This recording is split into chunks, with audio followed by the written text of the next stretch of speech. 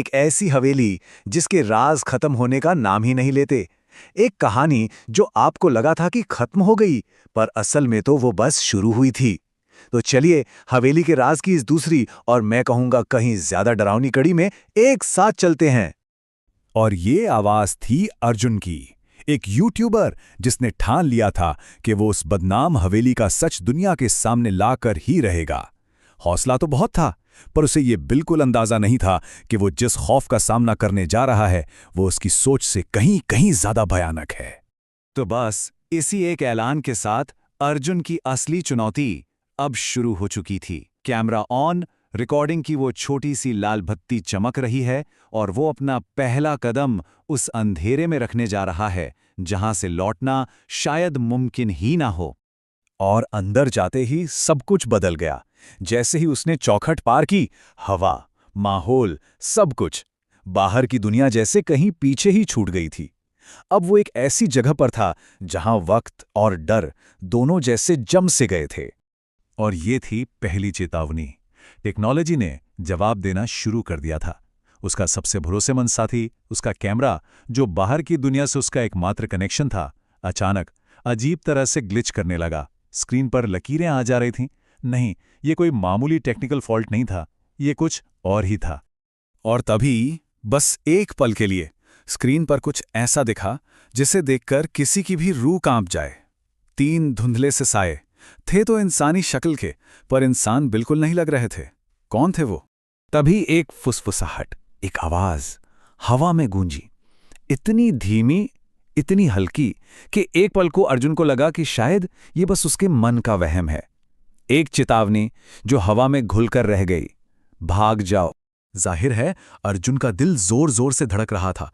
वो डरा हुआ था, पर वो रुका नहीं, क्योंकि उसका मकसद सिर्फ डर कर भागना नहीं था, उसे तो सच्चाई का पता लगाना था। और बस यहीं से कहानी ने एक बिल्कुल नया मोड़ लिया। अब हवेली की दीवारों में कैद आत्माएं अपना राज खोलने वाली थी।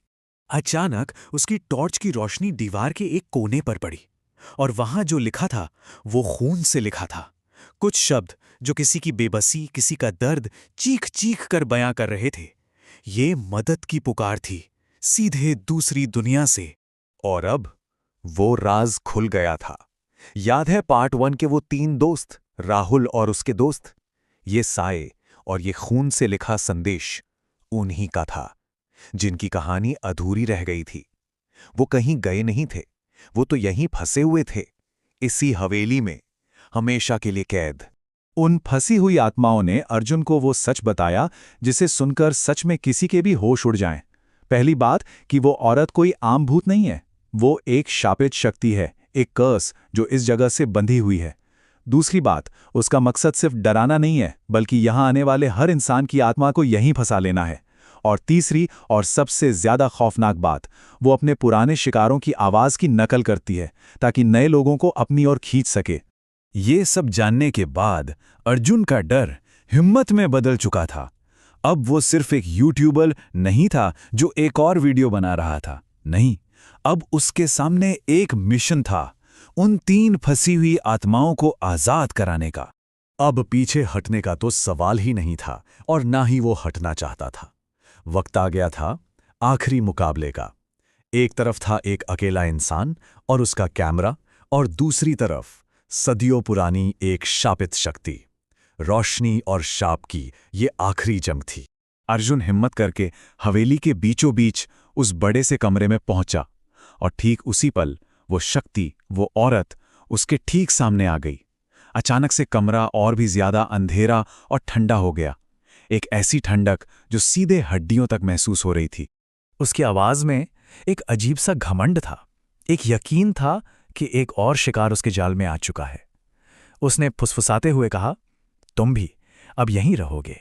तो क्या हर बार की तरह कहानी फिर से दोहराई जाएगी, या इस बार कुछ अलग होने वाला था? और तभी अर्जुन ने वो किया जिसकी उस शापित शक्ति ने शायद कभी कल्पना भी नहीं की होगी। उसने अपना कैमरा उठाया और उसकी सबसे तेज, सबसे पावरफुल फ्लैशलाइट सीधा उस औरत के चेहरे पर मार दी। अंधेरे की उस शक्ति के लिए वो तेज रोशनी जहर की तरह थी। वो दर्द से चीखी, शायद सदियों में पहली बार किसी ने उसे चोट पहुंचाई थी, उसे कमजोर किया था। अर्जुन जीत गया था, या कम से कम उस पल तो ऐसा ही लगा।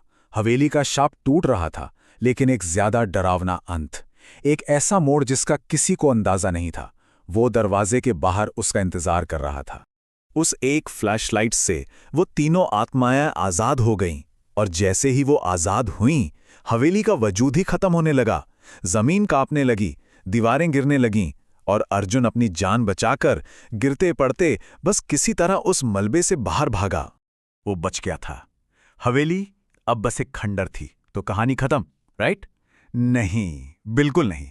असली खौफ तो अब शुरू होना था।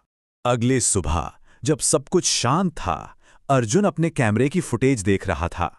वो उस भयानक रात की घटनाओं को फिर से अपनी स्क्रीन पर जी रहा था, पर उसे ये नहीं पता था कि उसके कैमरे ने कुछ ऐसा भी रिकॉर्ड कर लिया था जो उसकी अपनी आंखों ने नहीं देखा था।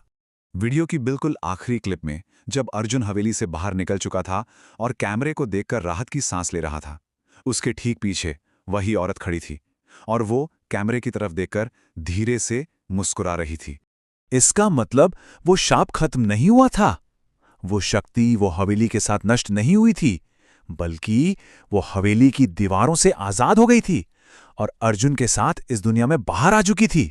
अब सवाल यह है कि वो कहाँ है और उसका अगला शिकार कौन होगा।